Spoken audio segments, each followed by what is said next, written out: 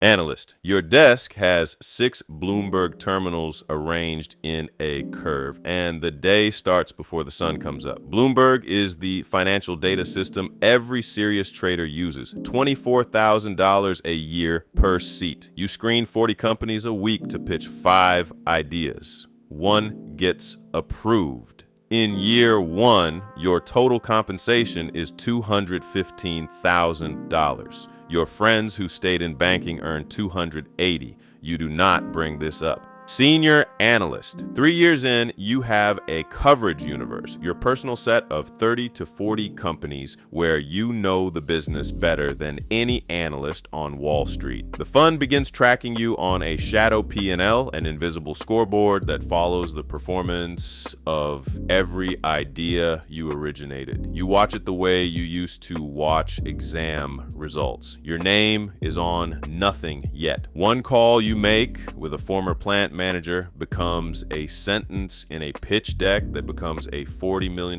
position. The PM's P&L moves and yours stays flat. In a strong year, your total compensation is $600,000. You stopped texting people back after 10 at night about 14 months ago. You have not noticed that you stopped. Junior portfolio manager. Someone hands you $200 million and tells you to go. Your own book, that is your personal capital allocation, the portion of the fund you alone are responsible for growing. From the moment you make your first trade, your drawdown is tracked from peak every day. The drawdown is the percentage you have fallen from your highest point, and the number that ends your career is 7.5% of that. The rule has no appeal process, no grace period, and no review meeting where you explain yourself. The risk manager visits your desk one morning and starts talking about your book in the past tense. In a strong year, you take home $1.4 million.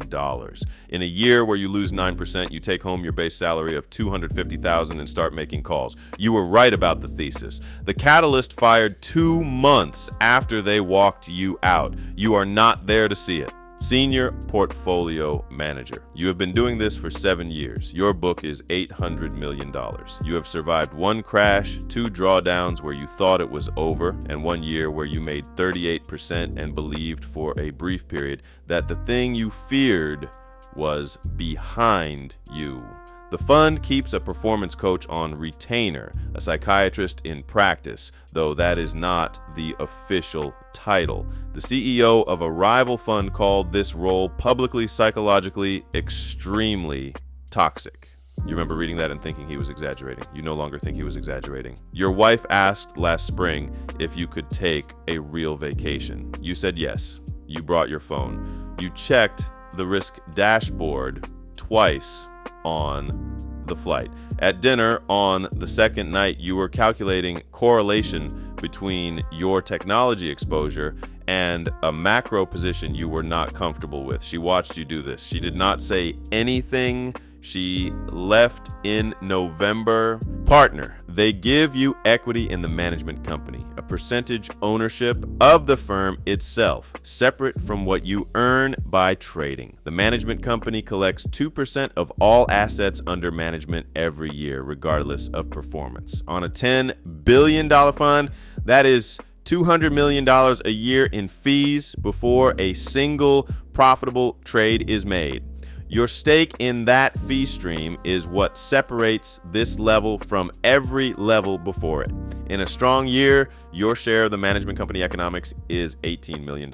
Your trading attribution adds another 11. You pay 23.8% in taxes on the performance fee income. Carried interest, that is the legal name for the performance fee distribution, is taxed as capital gain rather than as ordinary income.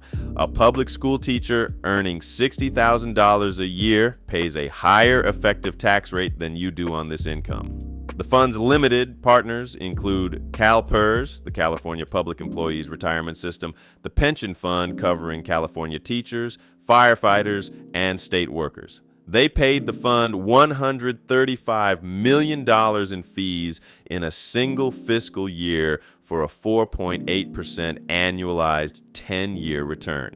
you presented at their annual meeting. Nobody discussed the tax treatment. You have stopped attending dinner parties. You have nothing to say that is not about the fund, and the fund is not something you can discuss. Founder, your name is on the door and in every regulatory filing and in the LP agreements going back 19 years. When the fund has a drawdown, investors do not call risk management, they call you. In 2024, the founder of Millennium Management earned $4 billion.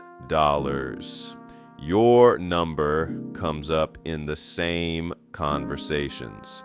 You have a performance psychiatrist on retainer, a private plane for security reasons, and 4 properties on a rotation your assistant manages. You told a pension fund director last Tuesday that you were confident in the book, and you have not slept well since. Your car is waiting outside the building. A young man is at the security desk with a portfolio and a cover letter. You watch him from the elevator. You remember 6:15 in the morning and 6 Bloomberg screens and telling no one about the salary gap. You left something at every level: the evenings, the weekends, the certainty, the marriage, the ability to be honest about how you feel. The anxiety you arrived with in year 1 traveled with you through every promotion and every raise, and is still here. It is the one thing in your career that did not compound.